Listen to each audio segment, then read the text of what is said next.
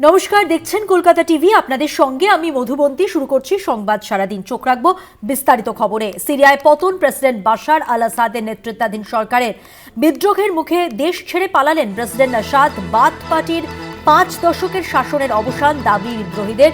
ইসরায়েলের সঙ্গেও বিদ্রোহীদের সংঘর্ষের খবর পাওয়া যাচ্ছে।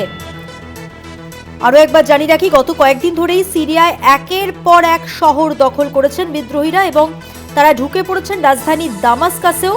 এবং যেটা সূত্রের খবর, সকালেই রাজধানী ছেড়ে বিমানে উঠলেন প্রেসিডেন্ট আসাদ। সিরিয়ায় পতনের মুখে প্রেসিডেন্ট বাশার আল আসাদের নেতৃত্বাধীন সরকার।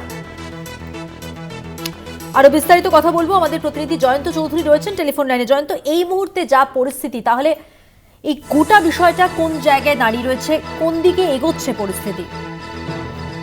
এখনো পরিষ্কার নয়, তবে যেটা বোঝা যাচ্ছে যে বাথ পার্টির যে প্রায় 5 দশকের শাসন, নিরবচ্ছিন্ন প্রায় শাসন, সেই শাসনের অবসান ঘটতে চলেছে। কারণ বাশার আল আসাদ, সিরিয়া যিনি বর্তমান রাষ্ট্রপতি, তিনি দামাস্কাস ছেড়ে চলে গিয়েছেন। কোথায় গিয়েছেন এখনো তার সে সম্পর্কে কিছু হদিশ পাওয়া যায়নি, সঠিকভাবে কিছু জানা যাচ্ছে না। তবে তিনি দামাস্কাস ছেড়েছেন বলেই শোনা যাচ্ছে। পাশাপাশি আরেকটা ঘটনা ঘটেছে যে প্রধানমন্ত্রী গাজী জালিল, তিনি ইতিমধ্যে তার সুর অনেক নরম হয়েছে এবং তিনি বিদ্রোহীদের সঙ্গে একটা সন্ধি বা একটা বোঝাপড়ার রাস্তায় যাওয়ার চেষ্টা করছেন। ইতিমধ্যেই তিনি সেই বিদ্রোহী অভ্যুত্থান যারা করেছেন, তো বিদ্রোহীদেরকে তিনি ইতিমধ্যে একটা বার্তা দিয়েছেন যে তিনি সহযোগিতা করবেন বলে, এবং তিনি দেশ ছেড়ে পালাবার কথা ভাবছেন না। অর্থাৎ তার সুর নরম হয়ে গিয়েছে। তিনিও কিন্তু আল আসাদের এক সঙ্গী ছিলেন, সঙ্গী হিসেবেই তিনি প্রধানমন্ত্রী ছিলেন।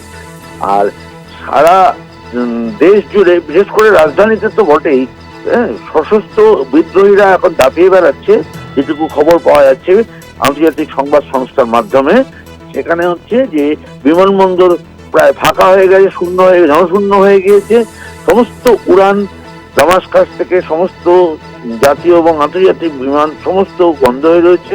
পাশাপাশি আরেকটা খুব গুরুত্বপূর্ণ বিষয় ঘটেছে, সেটা হচ্ছে সদ্য নির্বাচিত মার্কিন প্রেসিডেন্ট হিসেবে নির্বাচিত ডোনাল্ড ট্রাম্প, তিনি এই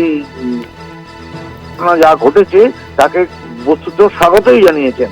তিনি বলেছেন যে আল আসাদ যেভাবে এতদিন ক্ষমতায় ছিলেন তার পেছনে রাশিয়া এবং ইরানের মদত ছিল, এটাও তিনি বলেছেন।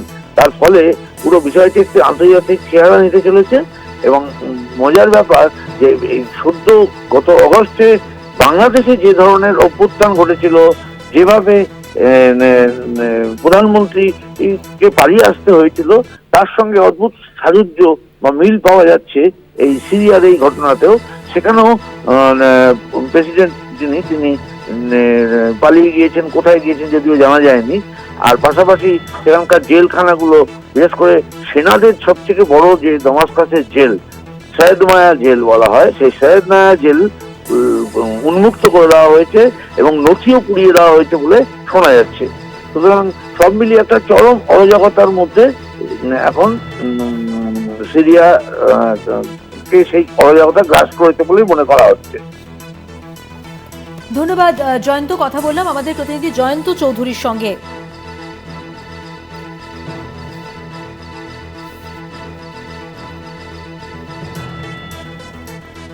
আন্তর্জাতিক সম্পর্ক বিশেষজ্ঞ রাজকুমার কোঠারি এই মুহূর্তে আমাদের সঙ্গে টেলিফোন লাইনে রয়েছে। রাজকুমার বাবু, এখন যা পরিস্থিতি, যে টালমাটাল রাজনৈতিক পরিস্থিতি ইরানে, সেক্ষেত্রে বিদ্রোহী যাদের জন্যই পিছু হটতে হলো, সেই বিদ্রোহীদের পরিচয়, রাজনৈতিক পরিচয় কি বলে মনে করছেন, এবং আমেরিকা এবং পশ্চিমী দুনিয়ার ভূমিকাই বা কি হতে পারে এই পরিস্থিতির জন্য?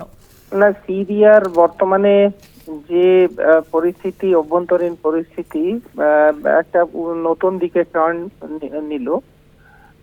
কারণ যে রেজিমটা প্রায় 5 দশক ধরে চলে আসছিল, সেই রেজিমের আজকে অবসান ঘটছে আনুষ্ঠানিকভাবে।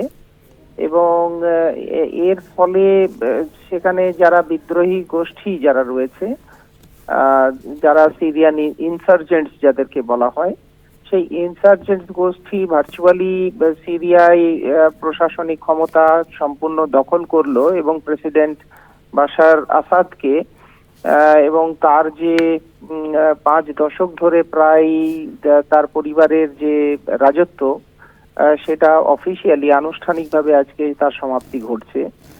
এবং এটা পশ্চিম এশিয়ায় সামগ্রিকভাবে একটা নতুন ইকুয়েশন তৈরি করবে বলে আমি মনে করি। তার কারণ হচ্ছে যে সিরিয়াকে কেন্দ্র করে বহু সময় ধরেই পাশ্চাত্য দুনিয়ার সঙ্গে একদিকে রাশিয়া এবং পশ্চিম এশিয়ার কিছু রাষ্ট্র, তাদের মধ্যে একটা ক্রমশ প্রায় মতবিরোধ চলে আসছিল বিভিন্ন ইস্যুকে কেন্দ্র করে। তো এমতাবস্থায় এই যে সিরিয়ার শাসন ব্যবস্থায় একটা চ্যাপ্টার ক্লোজড হলো আজকে এই আসাদ রেজিমের পতনের সঙ্গে সঙ্গে, এর পেছনে বেশ কিছু ব্যাকগ্রাউন্ড রয়েছে। এবং সেই ব্যাকগ্রাউন্ডের মধ্যে একদিকে আমরা দেখছি যে রাশিয়া ইউক্রেন ওয়ারের সঙ্গে যুক্ত থাকার ফলে সিরিয়ায় যে আসাদ রেজিমটা ছিল তারা কিন্তু সেরকম কোনো সমর্থন সেভাবে পেয়ে উঠতে পারেনি রাশিয়া থেকে। এবং পাশাপাশি ইসরায়েল প্যালেস্তাইন যুদ্ধকে কেন্দ্র করে, কনফ্লিক্টকে কেন্দ্র করে একটা সামগ্রিকভাবে অস্থিরতা পশ্চিম এশিয়ায় তৈরি হয়েছে এবং প্রত্যক্ষভাবে সিরিয়ার উপরে তার প্রভাবও পড়েছে আমরা দেখেছি। সুতরাং সব মিলিয়ে এখন এটাই বলবো যে পশ্চিম এশিয়ায় একটা নতুন টার্নিং পয়েন্টের সূচনা হচ্ছে এবং আগামী দিনে পশ্চিমী দুনিয়া কিভাবে এটাতে রিয়াক্ট করে এবং রাশিয়া এবং চীন এই রাষ্ট্রগুলোও কিভাবে রিয়াক্ট করে এই সিরিয়ার উদ্ভূত পরিস্থিতিকে কেন্দ্র করে, সেটাই এখন লক্ষ্য করার। রাজকুমার বাবু, সেক্ষেত্রে একটা বিষয় আপনার কাছে জানতে চাইবো যে সিরিয়া এই যে শাসন ব্যবস্থার একটা অধ্যায় শেষ হলো, আপনি টার্নিং পয়েন্টের কথা বলছিলেন, সেক্ষেত্রে এর ভালো মন্দ দিকটা যদি একটু স্পষ্ট করেন। না, ভালো মন্দ এই মুহূর্তে ভালো মন্দ দিকটা বিশ্লেষণ করা খুব ক্রিটিক্যাল। কারণ হচ্ছে এমন একটা সময়ে এই আসাদ রেজিমের পরিবর্তন ঘটছে, মানে পতন ঘটছে সিরিয়াতে, যেখানে লক্ষ্য করুন আমি যেটা বলার চেষ্টা করছিলাম যে একদিকে রাশিয়া ইউক্রেন ওয়ার, তার ফলে ওখান থেকে রাশিয়া যে খুব প্রত্যক্ষভাবে এখানে ইন্টারেস্ট নেবে বা ইনভলভ হবে সেটা আমি মনে করছি না। পাশাপাশি ইসরায়েল প্যালেস্তাইন যুদ্ধকে কেন্দ্র করে একটা উদ্ভূত পরিস্থিতি এবং পশ্চিমী দুনিয়ার মধ্যে মার্কিন যুক্তরাষ্ট্রের ডোনাল্ড ট্রাম্পের ক্ষমতায় ফিরে আসা, সেটাও কিন্তু এই মুহূর্তে একটা ট্রানজিশন ফেজের মধ্যে দিয়ে চলেছে।